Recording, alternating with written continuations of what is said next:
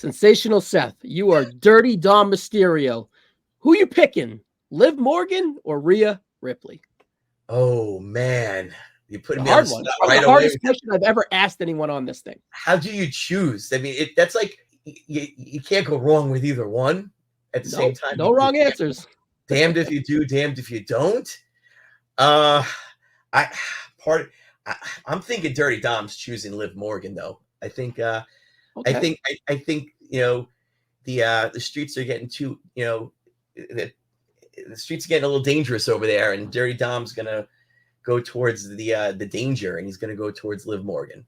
So you mean to tell me that his car got into an accident and he had to get a rental. And this rental car is really, really nice. And when he gets the car from the body shop back, he's just like, man, I kind of miss that rental car, even though this car I have has a new car smell. It's back, but you know something? I'm going to trade it in and go buy me one of those rentals. Is that what Dom's going to do? No, but here's the thing. Dom's a guy, and Dom's being tempted. And sometimes us dudes, when we're tempted, we kind of sway the wrong way. I'm not saying it's the right move, but I think Dom's going to give into the temptation a little bit. Nothing wrong with that, Dirty Dom, but he is the star of this. Yes. Despite the two fantastic wrestlers and beautiful ladies, it's all about Dirty Dom Mysterio. So let's put him on ice real quick. Okay. And let's kind of just jump right into this. Why is this match right here your most anticipated match? Is it Dirty Dom or is it these two women? And is it the story that hooked you? What's going on? It's a little of both. I mean, listen, they got long-term storytelling, right? Long-term booking. These two were tag team partners back back before Judgment Day. They were women's tag team champions. Yep. WrestleMania 38 in Dallas, they teamed together. And before that, they teamed together. Yep. They had a bitter breakup once Rhea went towards the Judgment Day. Rhea, then Liv went on and had other tag team partners, Raquel Rodriguez. They won the tag team championship. Rhea broke Liv's, broke her body pretty much, hurt her shoulder, put her on the shelf. Liv came back with the Liv Morgan Revenge Tour, and which has been pretty good.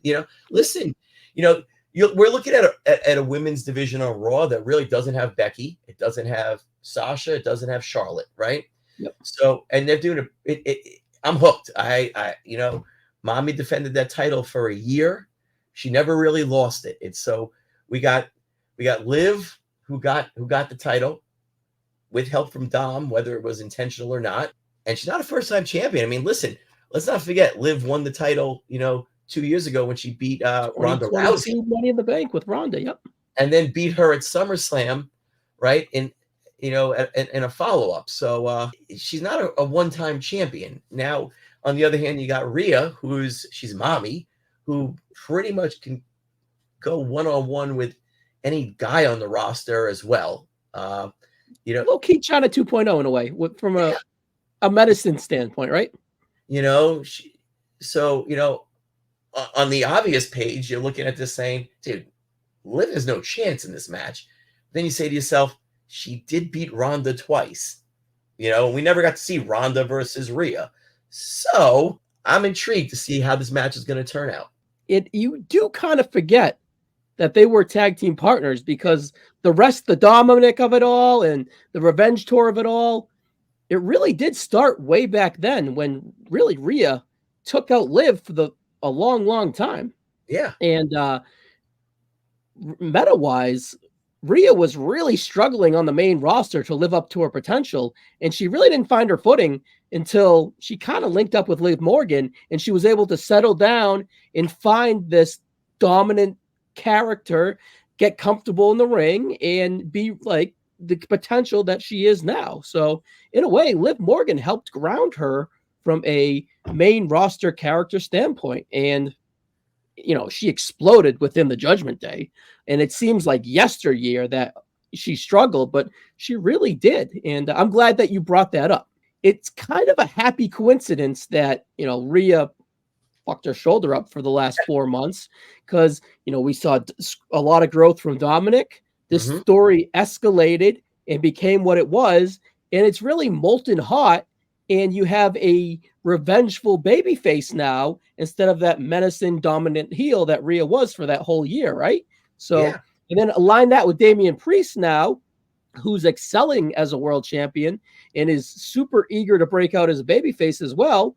They're going to kind of rise up together, no pun intended, within the Judgment Day and kind of break out as this kind of mirroring duo as baby faces, so to speak, coming out of this. You start to wonder, are we going to see, a new Judgment Day, with Dom and Liv and maybe Finn and Carlito and I love Carlito in the Judgment Day, by the way. too. What a great call. Oh yeah, dude, him with the PlayStation the other night, phenomenal. That's cool. Yeah, with the hotel key. And then JD, I mean, maybe this is going to be Liv and Finn's Judgment Day, and Liv and Rhea and Priest go out on their own. The two originals. Mind you, Finn took that hotel key about a month or so ago. He sure did, and no one said anything afterwards. They could go in a lot of directions here. They sure could, and that's one of the reasons why I'm so intrigued in this match. All right, here's the thing. Rhea Ripley, if you said it earlier, really should dominate Liv Morgan from an in-ring kayfabe standpoint and probably finish her in 4 minutes, right? If this was an actual shoot gimmick wrestling match, right? Ragdoll her like China ragdoll Terry Runnels back in the day. Right. But it's very intriguing from a presentation standpoint because we can go in a million directions. Dominik can go with Nami. He can go with Liv. You have all the extra Judgment Day people.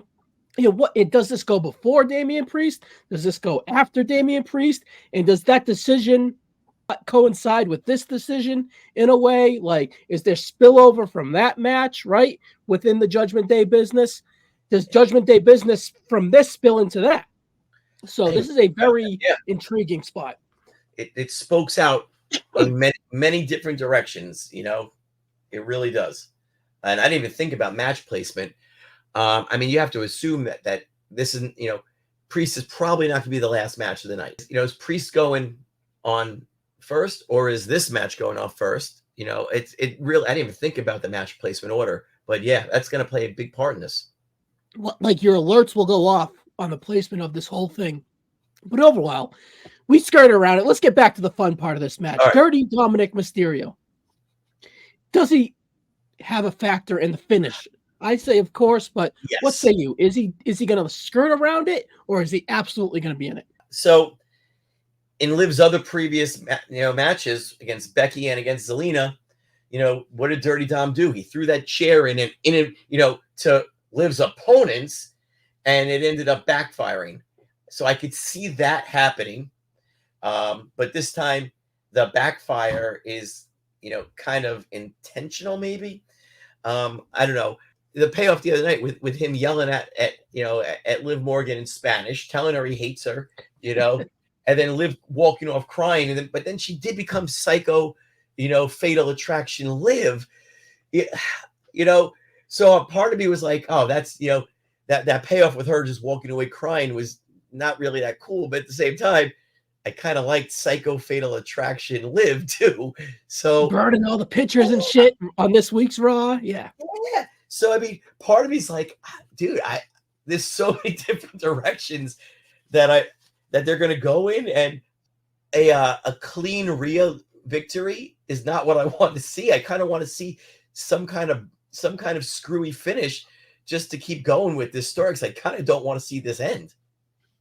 Yeah, I definitely think we're in like we're not in the first chapter, but we're in the first match of a series of whatever matches. Yeah, I don't want it to end with this match. Let's put it that way. No, I don't think it will. Where do you think Dominik kind of inserts himself? Do you think he comes down along with Rhea in the match? Yeah. Does he have his own entrance? Does he come out mid-match? What do you think when does he arrive on scene? All right, so let's think about this. I mean, you look at Rhea's past title defenses, whether it was at WrestleMania, whether it was at Elimination Chamber, Dominik didn't come down with her at all. No. So she's been she's basically been almost like babyface champion coming down on her own since the beginning of the year. So I think if Dom's coming down, he's coming down mid match. If he comes down with her, it's kind of taking the emphasis off the girls. So I think Dom's going to come down mid match and put the emphasis on himself, and some screwy, way he's going to try to help out that may backfire. But what do I know? Like if you look at the tea leaves, right? Before we saw Dominik always appear towards the end of the match to help Liv before, Yes. And then I don't know. I think it'd be kind of funny if it had his own standalone entrance, like right after the girls as the match is about to start. But they won't do that. So that's just me pie in the sky, like looking out for our guy Dom. But I think I think we get Rhea Ripley saying, stay away. And I go, this is, my thing, Dom. And she pretty much, you put her to bed 2 weeks ago when you spoke Spanish to her, and we had that, that booty short meme or whatever the coalition coming out of that, right? So Dom put her in her place verbally, and it's over and done with pretty much. Yeah. So I'm wondering also if we get any spillover from Jey Uso here, right? Jey Uso kind of flirting with Rhea. I wonder if this is the spot where we get Jey Uso on the card. He's not booked for anything. He's not. But I wouldn't be surprised since he's taken an interest in Rhea Ripley, so to speak. Taking an interest, and that could lead to the other members of Judgment Day coming down and somehow botching this for Rhea. I mean, listen, as cool as we think Carlito and JD are, they are kind of clumsy at times too. Very clumsy, Carlito. The two of them and then add Dom, and the three of them are pretty clumsy. So I don't think that won't happen. I do think they're getting involved somehow. Unbelievable. Another Carlito sidebar, by the way, if we will. How about those sweatpants? What an absolute gimmick the guy gets. Like, he just gets to show up in his work sweatpants, cut his sleeve off, eat an apple, play some video games, have a cool punchline, do a squash match or two, and he's just collecting checks and being cool. I'm loving him in the Judgment Day so much more than the LWO, right? That was, Getting back to Jey, I mean, Jay's got to get on the card somehow, right? I mean, I was thinking, and again, you bringing this up now is the first time I was even thinking this. I was thinking somehow he was going to end up in some kind of backstage segment with his family, because at some point, doesn't he have to go back and rejoin up and save his brother at some point? So there's got to be some spillover. He main evented SummerSlam last year.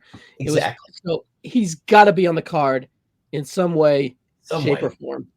So whether it's here or helping out his brother, and where his brother somehow gets is having some kind of confrontation with the new bloodline, like Jay's got to be involved. This could be a way to put it in there and not even involve him in the bloodline business for another couple of weeks. So they definitely have like an open gap here with him and the Judgment Day. They got to kind of close that up before they kind of spill the bloodline into the bloodline and whatnot. Correct. All right, Seth, as we get out of here, 3 questions for you. Yeah. Where on the card do you see this match? I asked you a little bit earlier. You had some time to let that sink in. Where do you see this? I don't think it's going to be the first match. I could see midway through. I think third or so. Yeah. I mean, it's only 6 matches, so 7. That's it. Yeah. So midway through the card would be third or fourth match, and that's kind of where I see this. Don't forget, we still have you still have Nia and Bailey that's going to be somewhere on this card too. That seems like a popcorn match. I like 5th or 6th right after the Drew and Punk match, and then maybe right before the Cody match or something too. Yeah, so. Like that gap that Ashley Mazzaro in Melina WrestleMania 23 spot. Just to be blank, or the Jimmy Snuka Rick Rude WrestleMania 6 spot, right? Yes. So kind of there. That's why I see the Bailey and Nia Jax. And I think this, of the 2 women's matches, I think this is going to be the better of the 2, right? This has got the better story. Hands down, I mean, the other one has the potential of some kind of wonky ending where Tiffany Stratton could cash in. So I think this match will be the glue to right in the middle of the card. It's gonna glue everything together. I think you'll see Priest open things up, or at least be early on the card. Then this match, and then that match at the end is going to be Cody. So I think everything else fills around it. All right, that leads me right to my second question. Do you see the Judgment Day leaving SummerSlam as a whole include the Jamie and Priest match, as a equation of the solution, right? What do you think? I don't see a Judgment Day breakup. I could see the Judgment Day breaking up down the road. Subsections of the Judgment Day, kind of? Okay. Maybe some Judgment Day dissension, maybe something leading on to Monday night. But yeah, I definitely see some people not being happy with their Judgment Day cohorts.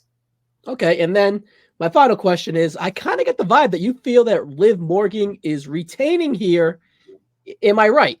Yes. I see Mommy winning maybe on a disqualification, or I see, Liv somehow getting a screwy, I almost said screwy ending, but, I see like maybe Dom or the other members trying to help out Rhea and it backfires and ends up helping Liv. I could see that too. So, but yeah, I think a Rhea ass kicking of Liv is just, it's going to happen, but I think a Rhea victory is just too obvious. And I kind of don't want, and I think if that happens, it kind of ends this, and I kind of don't want to see this end. So I'm kind of hoping for a little botchy finish so this can continue a little bit more. Yeah, my thing is like, I think Liv's going to win. I think Dom's going to be in it in the finish. Is it going to be an accident or is it going to be on purpose? Because eventually it's probably going to be on purpose, but where do we start like with the whole process? So correct. All right. So we're kind of in agreement. Liv Morgan will still be your world's women's champion heading out of SummerSlam, and the Judgment Day will be fractioned in some way. All right, cool. Bonus question. Now, Liv and Rhea have kind of been outdoing each other outfit-wise. Who will have the more impressive outfit at SummerSlam to be in a non-perverted, more straightforward kind of question? I mean, listen, I think Liv's outfit's going to be a little bit more revealing. Mommy's outfit's going to be, a little bit more dominatrix maybe, but I think Liv's going to be a little bit more revealing, shall we say. Because that is also a sidebar of the match in a way also. So I thought it was very appropriate to unappropriately address it. I'm all good with being inappropriate and unintentional at the same time. So it's all good. You're playing in my wavelength. All right, Seth, it was great to have you back. Yes. It's been a while. Let's not wait so long next time, buddy. Anytime, Rye. Thanks very much. All right, guys. See you on the next one.